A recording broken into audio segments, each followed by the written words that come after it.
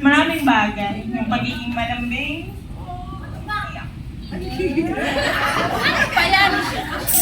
Pagiging malambing ng daddy niya. Tsaka magasalit. Yun yung na silang dalawa yung happy feel ko sa bahay. Kahit stress sa trabaho, silang dalawa. Si Siron is napakalambing na bata. Makulit, super makulit, pero at the same time sobrang lambing. Yan lang. Well said! Palakpakan naman natin. Thank you so much.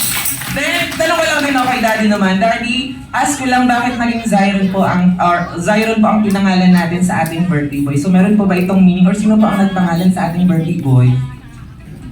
Pagkakatanda po natin.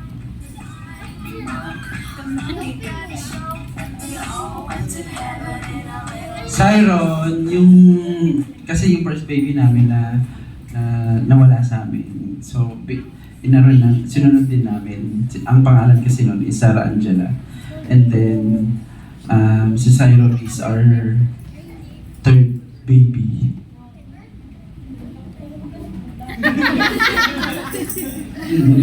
Pero siya lang yung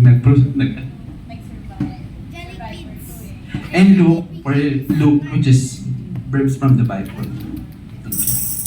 Once again, thank you so much. Grabe, na makapagdamdamin ang kwento nilang mommy and daddy. Pero syempre, nandito tayo ngayon sa Jollibee para mag-enjoy at para magsaya. Kaya naman, huwag na natin ba yung patagalin pa. So,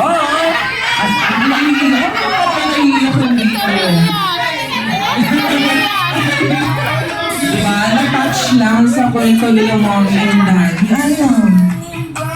Okay, syempre tayo nga nandito na sa Jollibee, hindi oras para sa iyakan. So, para naman mas maging masaya tayo, simulan na natin ang ating exciting part. So, oras na para sa ating Energizer number 1. So, may mga trivia questions si Kuya Ralphie na